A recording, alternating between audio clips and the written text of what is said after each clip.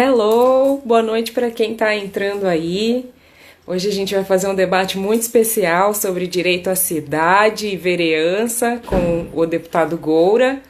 Tô esperando ele chegar. Tô vendo que o pessoal já está entrando. Quem estiver entrando já vai compartilhando essa live que a gente já vai começar.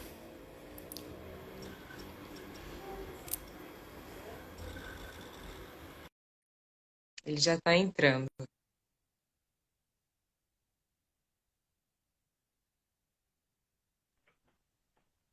Olá, Tudo bem, boa Carol? noite, tudo bem? Tudo ótimo. Você está me ouvindo bem? Perfeitamente. Então, então, que bom, que bom. Alegria estar contigo. Obrigado pelo convite. Tá? E estou à tua disposição para a gente passar esse final de segunda-feira aqui. Eu que agradeço você ter aceitado.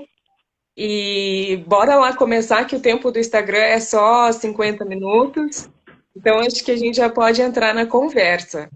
Vamos lá. Pessoal que está aqui no meu Instagram, que legal! Tudo bem? Essa é a Tulasi. Oi, tudo bem? Tudo jóia? Então, Goro, bom, acho que quase todo mundo te conhece, mas eu queria que você se apresentasse, assim, falasse um pouco de você antes da gente começar.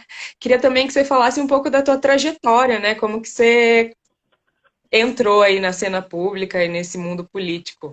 Bom, Carol, vamos lá. Sempre difícil, né, falar da gente assim, dessa forma. Mas eu queria, como eu falei ali inicialmente, é um prazer e uma honra poder estar aqui no teu canal, na tua rede. Agradecer esse teu convite. A gente também não se conhece, né, tanto. Eu estou conhecendo você, mas te acompanhando agora, vendo a tua disposição de entrar na política, né, de ocupar um espaço na cadeira legislativa da Câmara Municipal. E queria desde já assim, te desejar sucesso, parabenizar pela disposição. A gente precisa de mulheres na política, de mulheres negras na política, isso é muito mais forte ainda. Então, uma honra mesmo estar aqui contigo. Eu, assim, de forma muito resumida, eu sou daqui de Curitiba, tenho 40 anos, sou pai dessa coisa aqui e de uma outra coisa, de uma coisinha de 11, que vai fazer 11 anos. E eu sou formado em filosofia pela Universidade Federal do Paraná, sou professor e estudante de yoga há 24 anos. Né? Eu comecei aos 16 anos a me interessar pela meditação, pela cultura da paz, cultura do yoga, e tive a oportunidade nesse período de ir para a Índia algumas vezes, e na primeira vez que eu fui à Índia eu fui iniciado e ganhei um novo nome, né? O nome Goura, como a Tula se falou aqui, que o meu nome é Jorge Gomes de Oliveira Brande, e Goura Nataraj é um nome de iniciação no yoga. Né? Nessas tradições a gente recebe um dos nomes de Deus e você acaba usando. E desde 2004, 2005 eu comecei de forma mais ativa e mais consciente, junto com um coletivo de amigos, que era o Interlux, a discutir políticas públicas de mobilidade. Em específico, a gente era um coletivo de ativismos urbanos, de intervenções urbanas.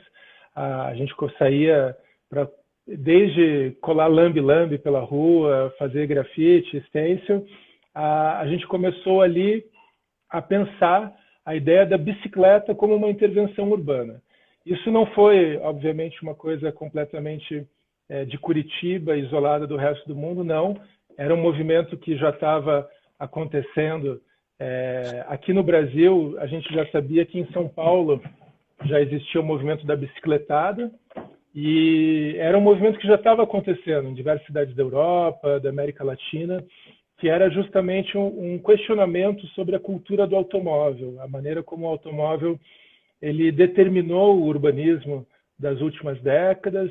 Ele criou cidades mais violentas, mais injustas, ele criou distâncias que somente pelo carro, né, esse é o paradoxo, você consegue transpor. Então, você fez com que as cidades fossem ficando mais espraiadas, as estruturas urbanas mais distantes daqueles que precisavam de fato. E a gente começou a discutir isso a partir de uma perspectiva ativista.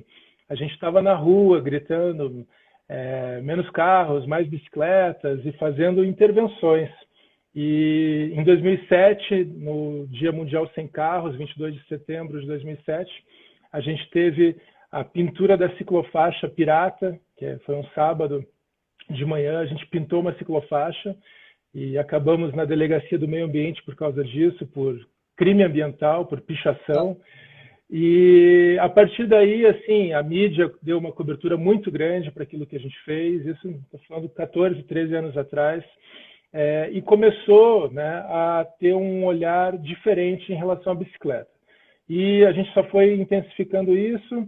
Em 2011 é fundada a Ciclo Iguaçu, a Associação de Ciclistas do Alto Iguaçu. Eu tive a honra, o privilégio ali de poder estar à frente dessa coordenação, junto com vários amigos e amigas. Só fazer um parênteses agora, semana passada foi eleita a nova direção da Ciclo Iguaçu, composta só por mulheres, né? A Tissa Valverde, da Bicicletaria Cultural, a Yasmin, a Mari Auler e outras companheiras que estão à frente da Ciclo Iguaçu agora nesse momento. E cresceu em mim, Carol, a ideia de que não basta a gente influenciar as políticas públicas, que aos poucos, né, nós temos que ocupar os espaços de decisão, a gente tem que ocupar os espaços que vão determinar as políticas públicas. Então, por exemplo, não basta a gente dizer para o prefeito, para o político tal, que é importante pensar na bicicleta. Se ele é um sujeito que nunca andou de bicicleta, que não tem a noção da importância da mobilidade ativa, aquilo para ele vai ser só um compromisso formal, um compromisso de boca. E não é um compromisso de coração, um compromisso de verdade. Então, com esse convencimento, eu fui candidato a primeira vez em 2014 a deputado federal. Fiz 13 mil votos na ocasião, não fui eleito, mas a ideia não era ser eleito ali, a gente queria mostrar que é possível fazer uma candidatura com recursos humanos, mais do que recursos financeiros, com engajamento e pautar temas relevantes. Depois disso, eu fui candidato a vereador em 2016, fui eleito vereador pelo PDT e eleito deputado estadual em 2018. Então, a gente está agora no meio do mandato de deputado estadual. Resumindo aqui de forma bem sintética um pouco dessa trajetória, e a gente está aí, eu estou cada vez mais convencido da importância da gente ocupar a política, de que essas ditas vozes minoritárias, né, mas que não tem nada de minoritário, né, você tem falado bastante disso. Minorias políticas, né? Exatamente. Que a gente tem que ocupar a política e eu estou muito confiante agora, né, nessa eleição em 2020, apesar, né, dos prognósticos terríveis que a gente tem pela frente, agora e no futuro, eu acho que sim, a gente vai conseguir avançar nas assembleias legislativas, inclusive em discussões de eleições majoritárias. Eu vejo que foi minha contemporânea de mandato, né, a Áurea Carolina, lá em Belo Horizonte, que foi eleita vereadora, foi eleita deputada federal e agora é pré-candidata a prefeita de BH. E a gente, assim como a Áurea, né, você está pré-candidata aqui em Curitiba e muita gente boa vindo para a política, se dispondo a isso. Legal, legal tua trajetória. E uma trajetória que traz muito o que é o tema do nosso debate hoje, né? Que é direito à cidade, e aí você, falando aí do teu ativismo, com essa coisa da acessibilidade, da mobilidade, que é uma das coisas que compõem essa questão do direito à cidade. E eu vejo que no teu mandato você traz muito isso, né? Uma coisa que eu observo também é como ele tem uma característica educativa, que eu, por ser da educação, acredito muito nessa reeducação social, porque muitos temas, às vezes, que a gente debate, eu estava conversando isso numa outra live no Exposto Curitiba, que eu fiz com a Amanda, que é arquiteta, a gente estava falando que muitas vezes esse debate acaba ficando num elitismo, assim, porque a gente sabe que nem todas as pessoas estão no contexto acadêmico e não se apropriam, às vezes, de alguns debates. E aí eu vejo que no teu mandato você busca trazer isso e promove uma reeducação social mesmo, assim. Eu acompanhei essa conversa, um pouquinho dela. do exposto, foi bem legal, né? Isso, foi. Uhum. E aí eu queria que você falasse assim, como é que você entende assim essa questão do direito à cidade, o que que isso significa, como é que você pensa essa questão? Assim, Carol, eu acho que você tocou num ponto que eu acho que vale a pena a gente refletir. As políticas públicas em geral e as instituições políticas aqui no Brasil, elas acabam ficando reféns de uma certa elite política, econômica, que se perpetua no poder e acaba não tendo interesse justamente em fazer com que as casas legislativas, com que o poder seja mais aberto, mais participativo. E dessa forma, a gente vê que intencionalmente certos protocolos são mantidos fechados, né? Sim. A Câmara Municipal, a gente vê como ela é feita de tal forma, e eu estou lá na Assembleia agora também, para constituir também mecanismos de defesa contra a participação da população. E a gente vê nisso, assim, além das casas legislativas, o enfraquecimento dos conselhos, todas as instâncias de participação popular. Se a gente pensar que a democracia, ela é justamente, ela tem como prerrogativa, como exigência, a ideia de participação do demos, né, do povo, a gente constata que, na verdade, a gente dificulta essa participação. E eu não acho que isso é um acidente, puxa vida, olha só o que aconteceu. A minha leitura é que existe sim um mecanismo de enfraquecimento dessas instâncias para que haja uma perpetuação de grupos e de ideias hegemônicas no poder. E Enfraquecimento intencional, né? isso, exatamente. Então, a gente vê, por exemplo, vou dar um exemplo aqui, a atual gestão da Prefeitura de Curitiba, ela não realizou nenhuma sequer, conferência municipal de cultura. Nenhuma sequer, em 4 anos de gestão. Na gestão anterior, a gente teve 3 em 4 anos, mais até do que a exigência legal. E agora a gente não teve uma sequer. Conselho Municipal de Transportes, que é uma instância de fiscalização do transporte coletivo, não tem participação, não tem reunião. O Concitiba, que é o Conselho da Cidade de Curitiba, que deveria ser justamente talvez a maior instância de celebração da cidade, de discussão com a população, a gente vê, ele é completamente pró-governo, ele é dominado por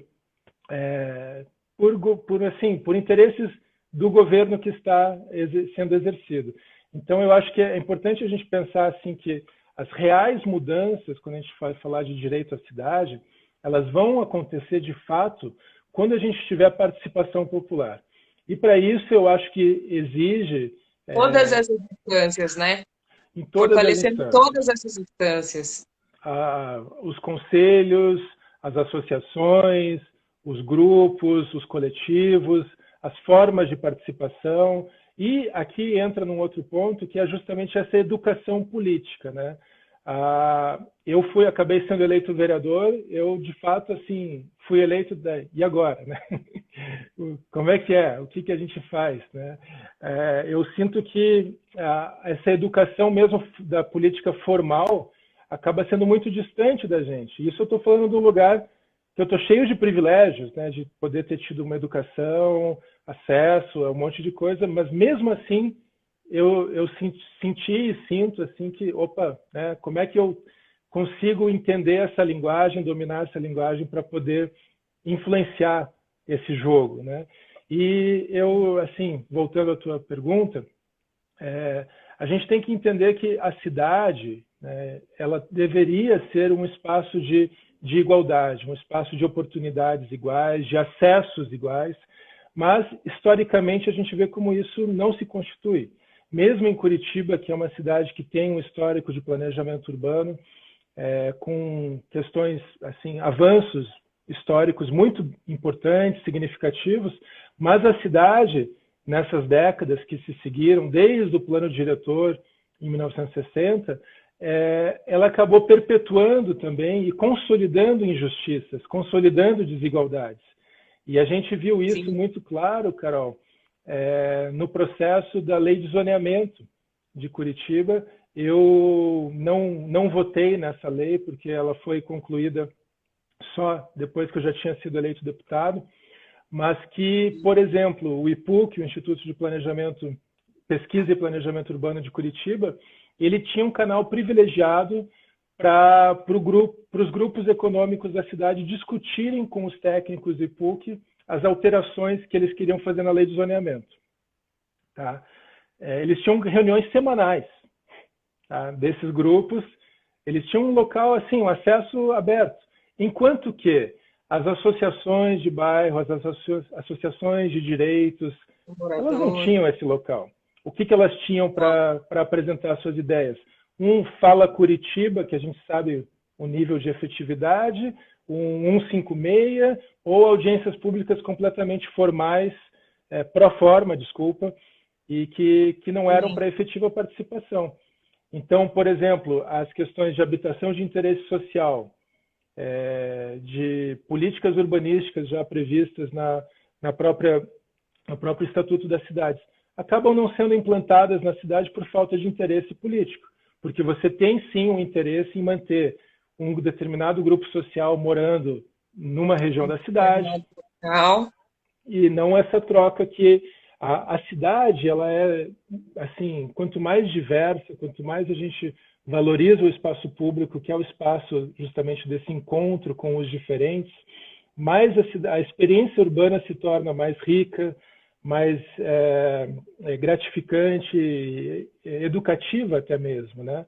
E a gente vê existem que várias possibilidades, né? Diminuição de violência, que é uma coisa que as pessoas não pensam, né? Quando você promove essa urbanização, onde as pessoas têm como acessar os benefícios da vida urbana, isso diminui vários problemas que são acarretados, por exemplo, com essa coisa que você estava falando. Eu ia te perguntar sobre as novas formas de exclusão social, mas você já trouxe várias aí, né? Como esse esvaziamento dos conselhos e tudo mais, de não ter um debate a respeito desse zoneamento. Então, isso é perpetuar e são as novas formas de segregar. E acho que nesse sentido entra também a coisa da especulação imobiliária. Então, criar grandes condomínios em áreas específicas, excluir a população para as áreas periféricas. Então, acho que a próxima pergunta que eu ia te fazer já tem muito a ver com isso e você meio que já respondeu um pouco. Mas deixa eu te jogar também, assim, que eu quero te ouvir também.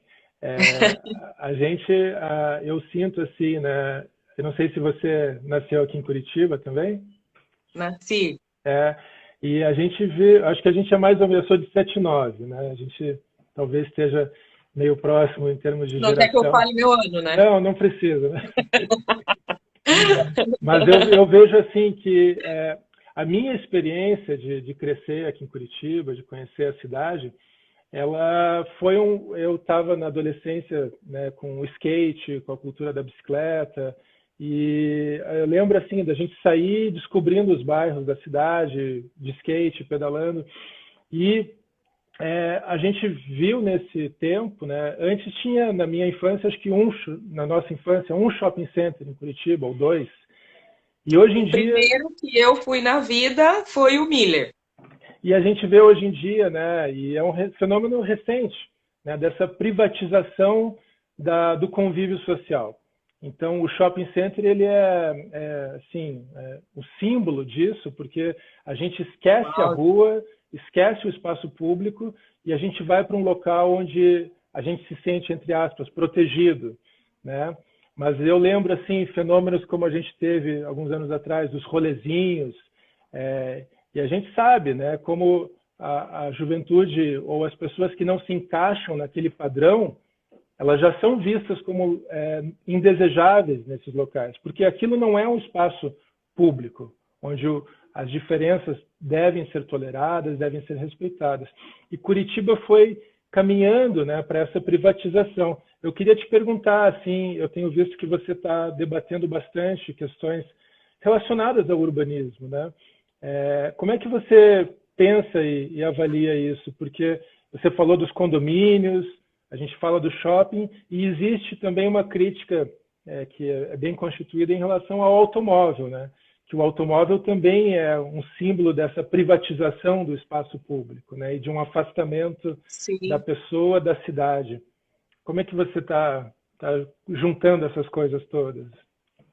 Então, eu costumo dizer muito, tenho dito muito, que Curitiba tem uma segregação racial do espaço urbano, né? Então, ela criou essa ideia que Curitiba não tem negro.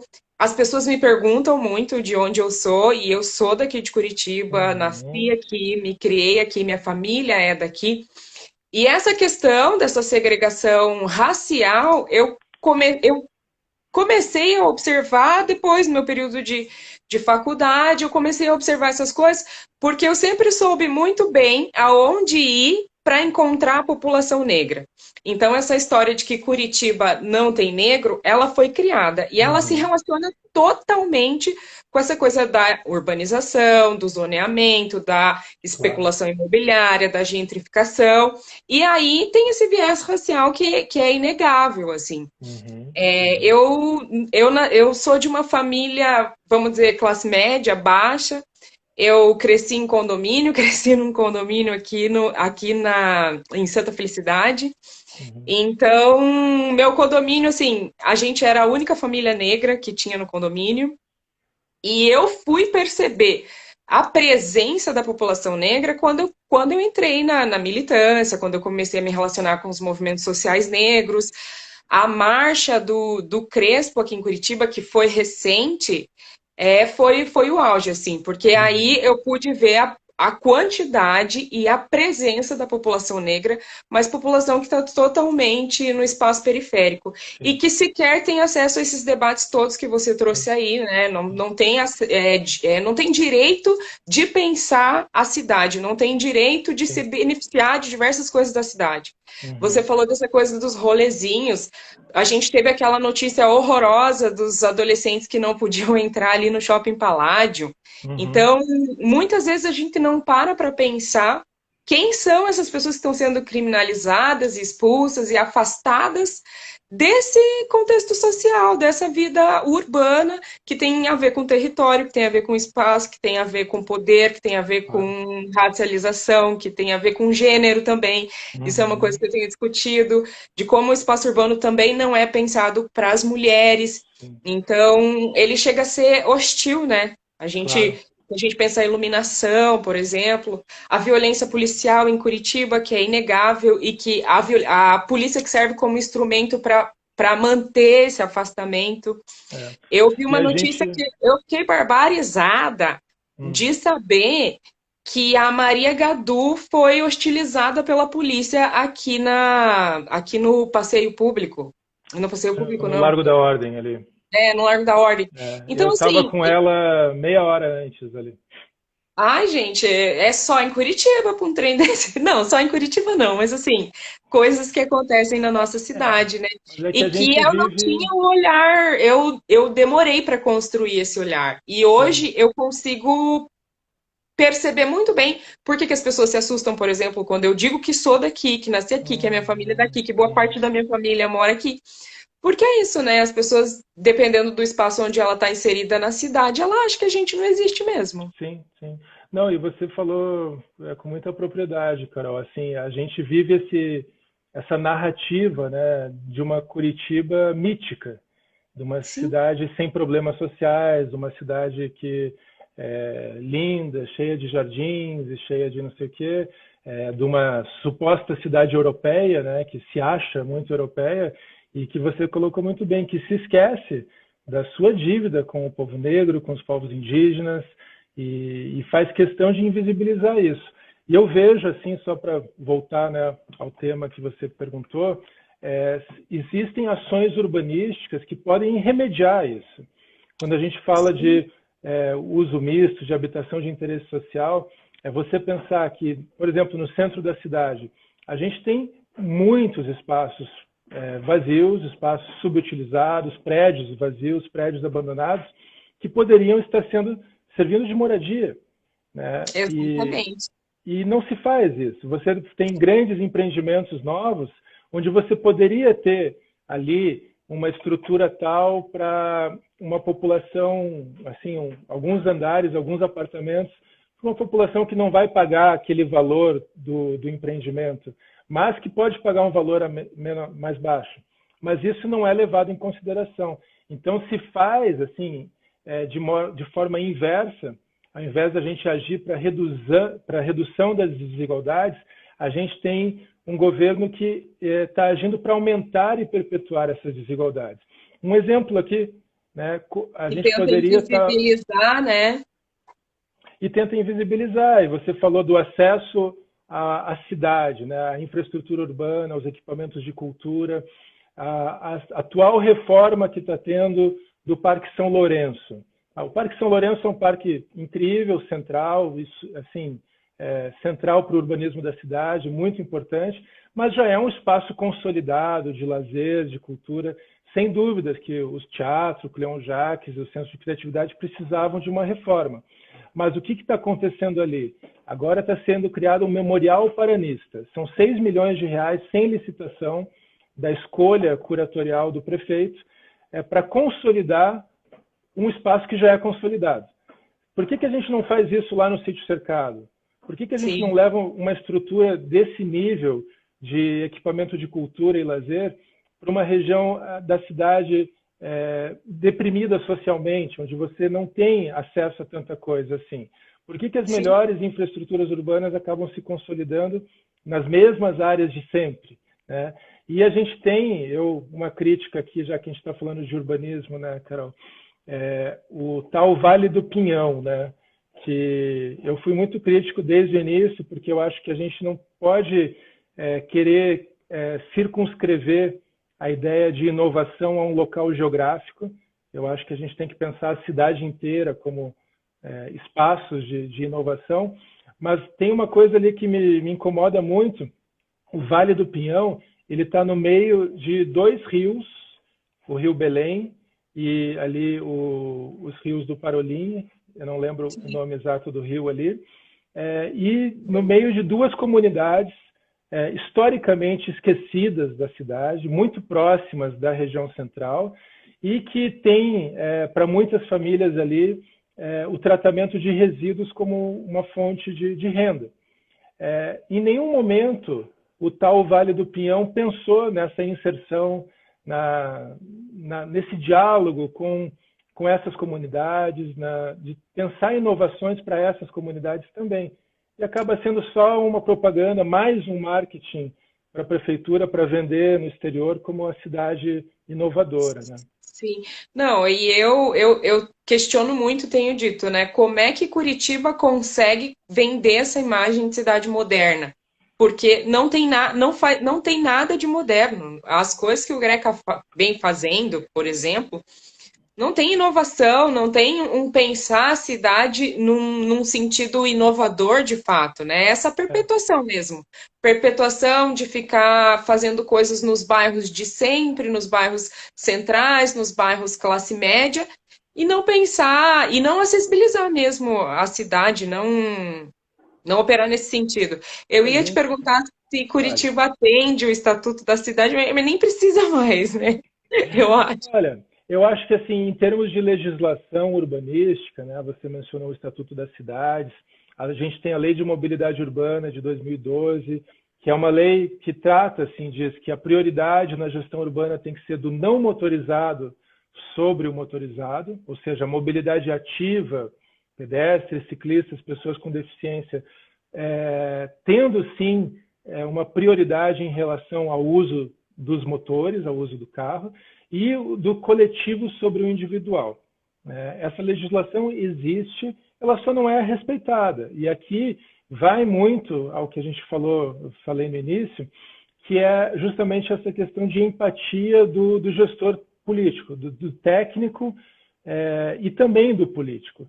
Se você tem técnicos que não sabem a importância de uma boa calçada, de um bom passeio, de um cruzamento seguro, né, um cruzamento em que um idoso tenha tempo de atravessar a rua com segurança, e a gente não tem Exato. isso. Ou Né?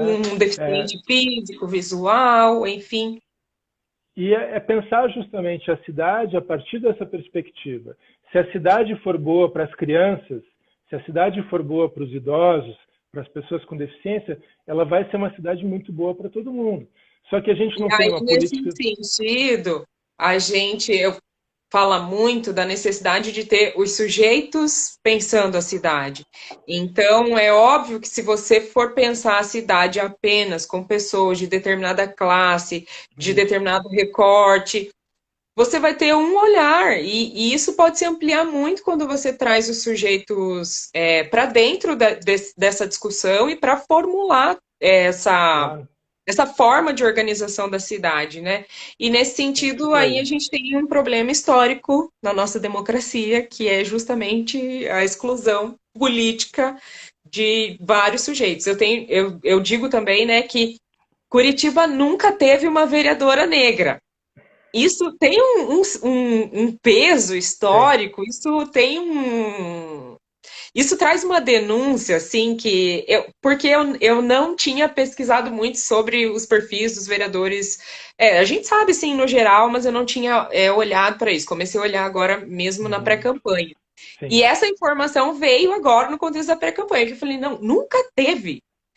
Então, eu queria que a gente entrasse também, assim, um pouco nessa conversa de o que é o papel do vereador e de como foi você lá nesse espaço, trazendo um debate novo, esse debate da acessibilidade, como que é esse enfrentamento, assim? Então, Carol, acho que voltando ao ponto que você colocou ali, né, justamente desse fortalecimento das instâncias de participação.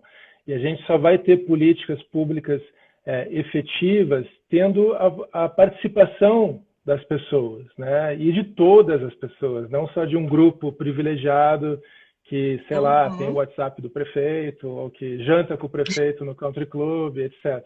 sim. Não, a gente está falando justamente dessa construção. E aqui acho que cabe para todo mundo que está nos acompanhando, né? E você como pré-candidata, para mim foi muito frustrante me tornar vereador e ver que a principal prerrogativa e o principal trabalho de um vereador, de um deputado, que eu estou agora, né, exercendo o mandato, ele não era exercido, ele não era respeitado.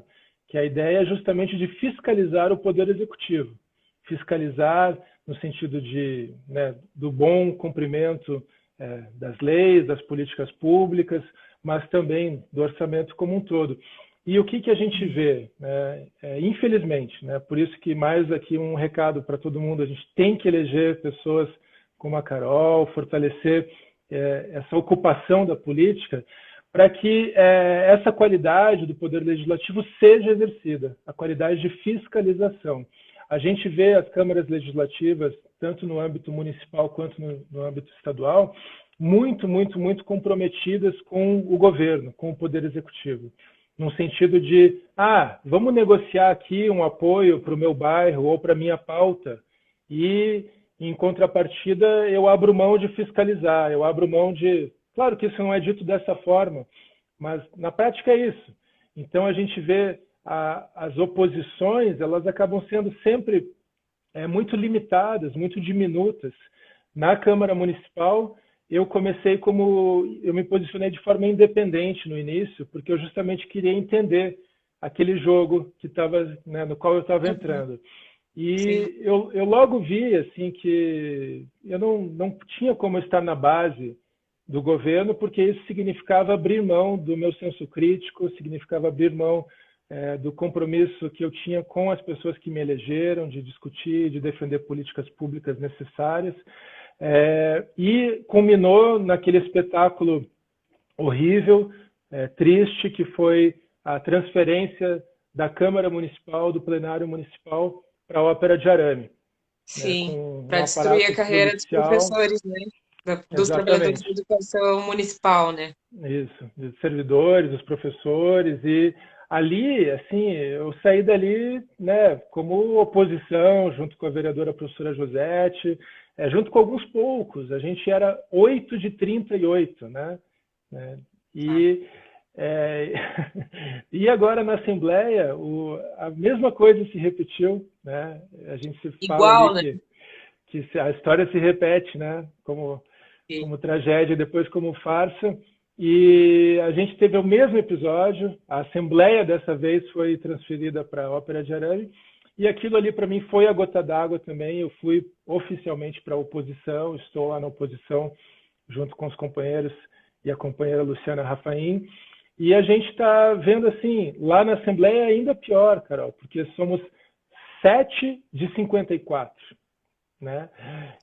Então, assim, a minha experiência primeiro foi de frustração de ver que você pode ter muitas boas ideias, muitas boas intenções, mas que há uma máquina ali na frente para te boicotar se você não fizer parte daquele jogo, daquele esquema. E o esquema quer dizer fazer a vontade do prefeito e do governador. Então, eu acho que tem que ter muita força interna e articulação e inteligência política para entender o que você está fazendo lá. E você está lá, né, justamente para defender a Constituição, defender políticas públicas. E eu tenho certeza que você sendo eleito, você vai ter essa visão. E é isso que a gente precisa, de mais e mais gente que fiscalize. Depois... Exato. Né? Eu só queria fazer um comentário nisso que você está dizendo, que muitas pessoas me dizem, mandato de vereador não serve para nada. E é por isso que eu te fiz essa pergunta, porque eu acho que é um risco que a gente corre. Você começou falando, né, de todas as instâncias deliberativas, desde consulta pública até conselhos, que são espaços que têm que ser plurais e que a gente tem que fortalecer. E a Câmara de Vereadores não é diferente. E aí, quando a gente ouve essa fala de que vereador não faz nada e não serve para nada, a gente cai justamente nesse risco, né? A gente fica desleixado com a escolha dos sujeitos que vão estar nesse espaço e acontece aí isso que você está falando, né? E tem esse movimento, né, Carol, de criminalização da política, de desqualificação da política. E a gente não pode cair nessa, né? Não dá para todo político é igual. Não é mesmo. Assim, você tem uma série de gente que está aí com cargo que não respeita o cargo, não respeita nem a liturgia do cargo, nem as posições que devem fazer. O debate de que todo político é igual, que a política não nos representa, que essa deseducação política, na verdade, isso me assusta muito, me dá muito medo. Porque a ferramenta que a gente tem é essa. A democracia é muito cara para nós. E a gente já sofreu muito ataques a ela em toda a história do Brasil, em todas as cidades, em todos os contextos. Então a gente tem que aprender a fortalecer essa democracia. No movimento negro, a gente tem dito que um dos limites que a gente tem agora é a superação do racismo. E que a gente tem que superar o racismo e ter mais representação negra nesses espaços. Mas fortalecê-la como um todo, né? Não dá para cair nessa história. Eu vejo muitos falando, ninguém me representa, nenhum político me representa. Isso é uma ilusão. Porque as políticas têm tudo a ver com a nossa vida, elas determinam a nossa vida. Se a gente pensar nesse debate que a gente está fazendo aqui de direito à cidade, elas determinam até onde a gente vai morar. Claro. Então, sim, isso é muito forte, né? Se relaciona muito diretamente, mas essa ligação, pelo fato da gente não ter uma cultura, uma educação política consolidada, tem gente que não faz essa ligação direta, né?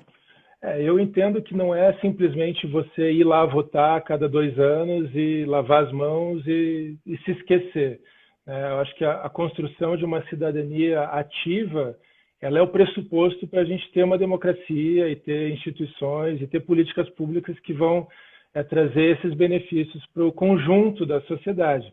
Mas não dá para desmerecer nenhuma delas. É como você falou, as instâncias das associações, dos grupos, dos coletivos, das entidades, dos conselhos, isso tudo tem que ser fortalecido, tem que ser ocupado, e a gente novamente cai nessa ideia de que a gente tem que ter uma educação para a política, né? Uma educação política, uma educação que traga para as pessoas essa aproximação com os políticos. A gente tinha algumas ideias, Carol, que, por exemplo, uma proposta que eu tive que era na mídia embarcada do transporte coletivo, que em vez de que fica ali aqueles aparelhos passando propaganda ou algumas informações de pouca relevância, uma ideia era você colocar a ordem do dia da Câmara Municipal e colocar, vai ser votado tal projeto, ou está em tramitação um projeto tal que diz respeito disso, disso, disso, para as pessoas se aproximarem. Formando, né? muita Trazendo gente, informação relevante e não só venda, né? não só venda, e muita gente, por exemplo, na ocasião lá da Ópera de Arame, achou que aquilo ali era só uma briga dos servidores públicos municipais e não se mobilizou, não entendendo que precarizando os servidores, eu vou estar precarizando o serviço público. E esse serviço público que vai ser o objeto de uma atenção para a população. Então, faltou essa empatia. E, de novo, no que a gente falou desde o início, há uma intenção de não fortalecer a participação. Por isso que é importantíssimo. Assim, eu faço parte, e até já te convido a integrar, o movimento do Ocupa Política, que são diversos mandatos e mandatas do Brasil inteiro. Tem o vereador Ivan Moraes, lá do PSOL, lá no Recife, a própria Áurea, a Gabinetona, as juntas, as codeputadas que estão lá. E essa ideia, essa intenção, a gente tem que ocupar a política.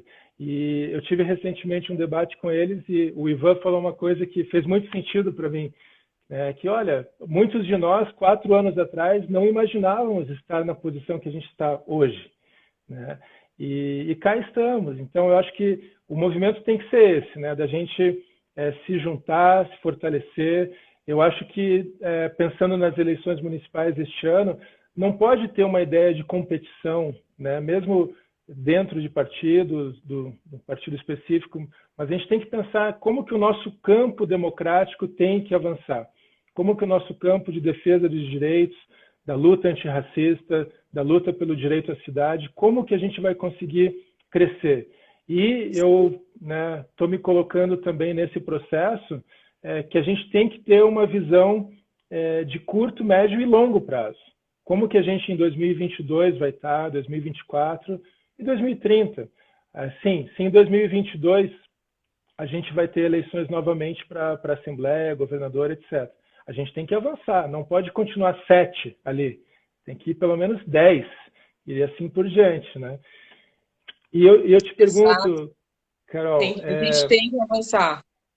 Nesse campo progressista, eu tenho dito muito isso também, que a gente tem que fortalecer a política como um todo e ocupar mesmo, assim. Isso Mas mesmo, pode perguntar.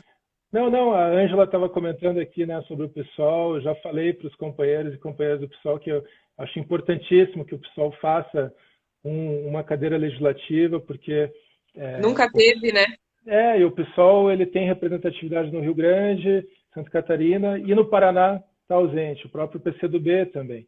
Então, mas esse era um detalhe. Eu ia lembrar aqui, Carol, a gente fez, e eu vi que você fez uma live, acho que com a própria mãe, né, arquiteta, alguns dias antes, em homenagem à Enedina Alves Sim. Marques. A gente aprovou uma lei na Assembleia Legislativa semana passada em homenagem à Enedina. Achei muito legal. A gente está com um projeto de lei tramitando em homenagem ao Ângelo Cretan, que foi o primeiro vereador indígena do Brasil. Ele morreu em 1980 em circunstâncias que aparentavam ser um atentado. E como é que você está vendo, assim, justamente, você falou dessa questão de Curitiba manter essa invisibilidade, né, do povo negro. Como é que você está avaliando essa perspectiva das eleições? Assim, como é que a tua candidatura vai conduzir essa questão? Você falou, acho que na conversa, que não é só falar sobre raça, né, mas que esse é um tema que tem que ser falado também, né? Você está falando com toda a propriedade sobre urbanismo, sobre educação, mas você também vai falar do teu lugar de fala. Sim. Eu vou só cumprimentar o pessoal que entrou aqui, o Alan, a Ângela, agradecer todo mundo que está acompanhando. A Dani, o Weber, agradecer o pessoal que compartilhou, que está nos acompanhando até agora. Muito obrigado. Eu estou amando essa conversa. A gente está acabando, né? Mas eu vou aqui, está acabando, a gente está com 44 minutos. Mas você me perguntou sobre a perspectiva de raça. Bom, eu sou uma mulher negra, então, assim, eu olho o mundo desse lugar, que é esse lugar de mulher negra. Sou da educação, sou professora de história, então eu trago todos esses eixos comigo, né? Mas eu costumo dizer que raça, às vezes a gente cai numa falácia que a gente pode pensar que falar de raça só falar de raça, ou que falar de raça é só falar de raça, mas no Brasil falar de raça é falar de 56% da população. Uhum. A gente tem que pensar todas as políticas, a gente tem que pensar todo o olhar que a gente vai dar para esse contexto social, para o contexto público, tem que ser um olhar que atravessa esse eixo, assim como o eixo de gênero também. Uhum. Então, às vezes as pessoas confundem quando a gente fala, por exemplo, de racialização do espaço urbano. Uhum. Por não ter um debate apropriado, às vezes a pessoa pensa, ai, vai falar de raça, é mimimi, é vitimismo. Mas a gente a gente não está falando apenas de raça, a gente está falando de urbanização, mas através desse eixo. Então eu Não acredito pode ser ignorado, né? que não pode ser ignorado. E eu digo também que é ampliar o olhar. Porque quando você não consegue olhar esses. Eu falo dos três eixos, né? Gênero, raça e classe. Eu acho que Uhum. tudo que a gente vai fazer tem que passar por esses três eixos. Se você não privilegia, se você não dá esse olhar por esses três eixos, na verdade você fecha o olhar. Uhum. Quando você olha por esses três eixos, você amplia o olhar. Com Então, certeza. existem muitas críticas de gente que fala, debate identitário. Não é identitário, muito pelo contrário. Ele é agregador, ele tem um potencial ampliador. Sim. Uhum. Então, isso eu trago comigo, né? Inevitável. Em toda a minha discussão, esse é um eixo presente e que tem uma vivência, né? Um lugar.